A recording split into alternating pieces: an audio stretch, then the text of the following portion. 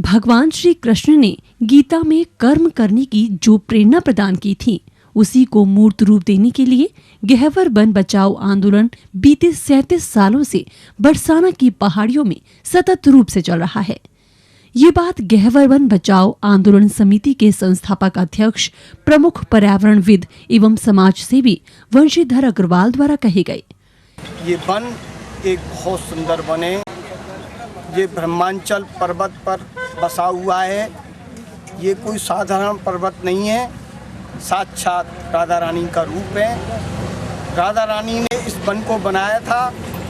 जहाँ की जो लता पताएं, उस पर 33 करोड़ देवता विराजमान है। ऐसा दिव्य वन, इसको काटना, इसको छूना बहुत ही पाप है। जो व्यक्ति इस गहवर वन में भगवान के धाम आता है, वो साक्षात भगवान को प्राप्त होता है। ऐसा मत्स्य पुराण में कई ग्रंथों में उल्लेखनीय है। जहाँ तक इस वन की बात है, ये जो आंदोलन है गहवर वन बचाओ आंदोलन, ये 1973 में स्थापित हुआ था। आज हम देख रहे हैं कि ये आंदोलन एक ऐसा बृहद रूप ले लिया है इसका कि आज संसार में इसको हर व्यक्ति इस आंदोलन को जानता है। गहवर वन को ये ताजमहल से भी सुंदर है। ये गहवर वन हम सब यहाँ आते हैं और हर साल यहाँ वृक्षारोपण करते हैं। आज लाखों वृक्ष हमने यहाँ लगा दिए और जिसमें कदम के प्रमुख रूप से वृक्ष हमने लगाए हैं। और आप देख रहे हैं कि यहाँ पर हमारे साथ में मथुरा से भी हजारों लोग आए हुए हैं जो कि वृक्षारोपण कर रहे हैं। और यहाँ की एक एक लता, एक एक पता जो कि हमारे संत महात्माओं के रूप में विराजमान है। और आप ये देखिए कि यहाँ के फूल वृंदावन जाते थे। आज से 40 साल पूर्व रोजाना यहाँ से वृंदावन, जो बांके बिहारी जी का मंदिर है, ऐसा ये दिव्य स्थान है। इस दिव्य स्थान के लिए 33 करोड़ देवता तरसते हैं। इस मौके पर विशिष्ट अतिथि के रूप में मौजूद ब्रजमंडल की सुविख्यात भागवत वक्ता श्रीमती कीर्ति किशोरी जी द्वारा कहा गया कि वन और पर्यावरण एक दूसरे के पूरक हैं। यदि इनसे छेड़छाड़ की गई तो प्रकृति पर प्रतिकूल असर पड़ सकता है। सबसे पहले तो आपको पता है आज जिस स्थान पर हम हैं और ये जीवन जिसने लिया, जिसको भी जीवन मिला, संसार में मनुष्य आता है कुछ कर्म करने के लिए, कुछ पुण्य कमाने के लिए। ठाकुर जी ने संसार में भेजा है जीवात्मा को। कबहुक कर करुणा नर देही, देत ईश बिन हेतु सनेही। और जो संसार में प्राणी आया और बिना कुछ कर्म किए ही चला गया, कि आए संसार में खाना पीना सोना ये तो पशु जगत भी करते हैं, लेकिन आकर के जब तक हमने ठाकुर की भक्ति नहीं की, चरणों में नमन नहीं किया, तो क्या किया? ये जीवन को, इस जन्म को, इहलोक और परलोक दोनों को संवारना ये आवश्यक है। यही जीवन का सार है। तो आज यहाँ पर जैसा गहवर वन क्षेत्र है, राधा रानी का कृपा स्थली है, लीला स्थली है, तो यहाँ पर वृक्षारोपण अनेकानेक हमारे वंशीधर जी भैया और बहुत सुंदर प्रयास के साथ में जो आयोजन प्रतिवर्ष होता है, आज 37वां वर्ष है। तो वास्तव में ऐसे लोग धन्य हैं जिनके कारण सभी को भक्ति का एक सुंदर अवसर मिलता है, जीवन धन्य करने का अवसर मिलता है और राधा रानी की कृपा मुख्य रूप से सभी को प्राप्त होती है।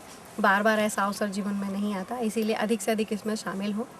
कार्यक्रम में प्रमुख रूप से मौजूद मान मंदिर सेवा संस्थान के राधाकांत शास्त्री ने कहा कि भगवान हमेशा वन, उपवन तथा लता पताओं के मध्य ही विराजमान रहते हैं। नाम वनम द्वंद्व मनोहरम नित्य केल विलासेन निर्मितम राधया स्वयं। श्री राधा रानी के अपने हाथों से लगाया हुआ ये वन गहवर वन कहलाता है जी। किसी समय गहवर कहते थे इतना सघन कि सूर्य की छाया भी उस पार नहीं जाती थी, इसलिए इसका नाम गहवर वन पड़ा। राधा रानी ने इसे अपने हाथों से लगाया, इसलिए ये मनुष्य की तो क्या समस्त देवी देवताओं का भी बहुत प्रिय वन है जी। वृक्षारोपण आमतौर पर भी वृक्ष जो है वो परोपकार के लिए जाने जाते हैं और परोपकार उनका हर अंश यानी पत्ता, फूल, फल, डाली और यहाँ तक जब मर जाता है तो उसका कोयला भी काम आता है। ये हम लोगों के लिए शिक्षा है कि मनुष्य को भी इसी प्रकार परोपकारिता में संलग्न रहना चाहिए। तो वंशीधर जी हमारे पिछले 37 वर्षों से यहाँ गहवर वन में आकर के गहवर वन की सेवा करते हैं, वृक्षारोपण करते हैं।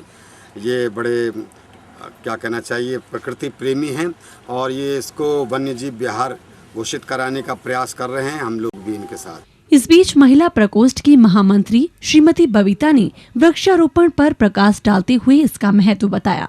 वर्षों से यहाँ पे आ रही हूँ, जब से हमारे भाई साहब यहाँ से जुड़े हैं उन्होंने ही हम सबको भी यहाँ पे जोड़ा है। हम लोग जानते हैं कि यहाँ हम लोग हर साल आकर के वृक्षारोपण करते हैं। वृक्षारोपण करने के बाद हर साल आकर के उन वृक्षों की सेवा करने का मौका भी मिलता है और उन्हें देखने का मौका मिलता है हमारे द्वारा लगाए गए पौधे कितने बड़े हुए।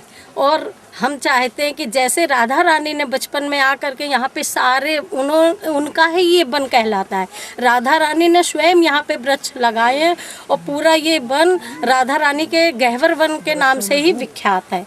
जबकि अध्यक्ष श्रीमती कमलेश गोयल ने विभिन्न कार्यक्रमों की जानकारी दी।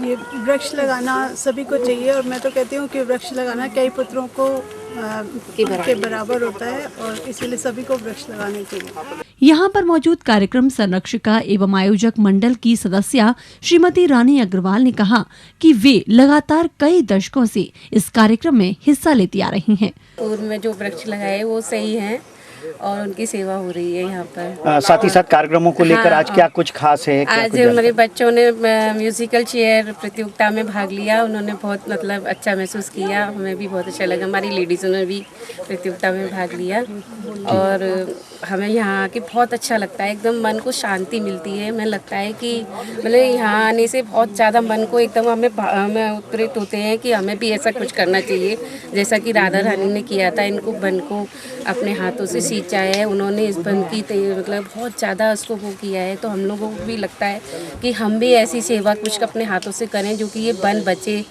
इस दौरान बरसाना के गहवर वन में दर्जनों स्थानों पर महिला तथा पुरुषों द्वारा सामूहिक रूप से नीम, कदम, अशोक, पीपल इत्यादि के वृक्षों का भूमि में रोपण किया गया। वृक्षारोपण के दौरान भागवत विदुषी कीर्ति किशोरी जी, राधाकांत शास्त्री, दीपक चतुर्वेदी बैंकर के अलावा कोसीकला के वन रेंजर मेघराज शर्मा आदि प्रमुख थे। इस बीच गहवर वन के रास मंडप में बच्चों और महिलाओं की विभिन्न प्रतियोगिताएं भी आयोजित की गईं, जिसमें सभी ने बढ़ चढ़कर हिस्सा लिया।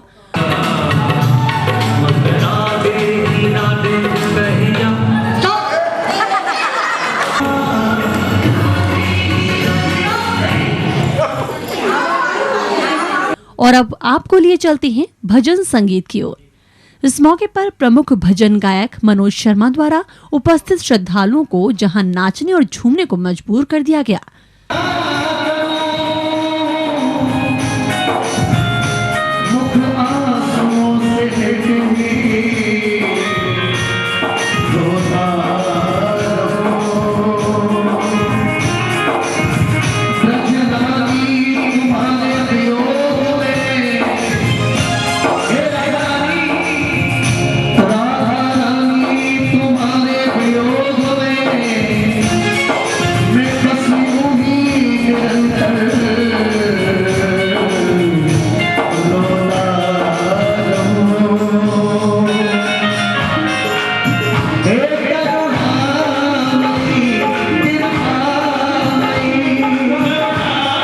वहीं मान मंदिर सेवा संस्थान की किशोरियों द्वारा पेश किए गए राधा जी के भजनों ने माहौल को भक्ति से ओतप्रोत कर दिया।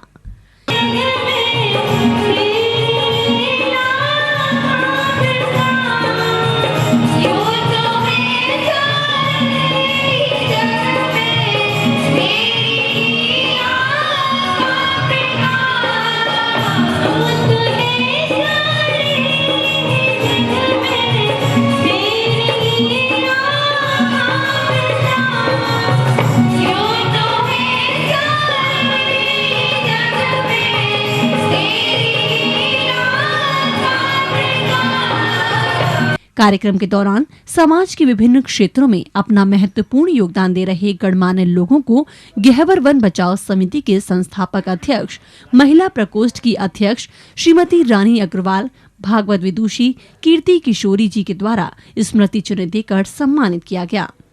इससे पूर्व समिति द्वारा साधु सेवा की गई, जिसमें ब्राह्मण एवं साधुओं को प्रसाद ग्रहण कराया गया। इस अवसर पर राजीव गोयल, रवि प्रकाश साड़ीवाले, ललित गुप्ता, कृष्णा ब्रजवासी, विष्णु प्रकाश मित्तल, रवि पप्पू अरोड़ा, प्रदीप मित्तल, कृष्ण कुमार अग्रवाल आदि प्रमुख रूप से मौजूद रहे।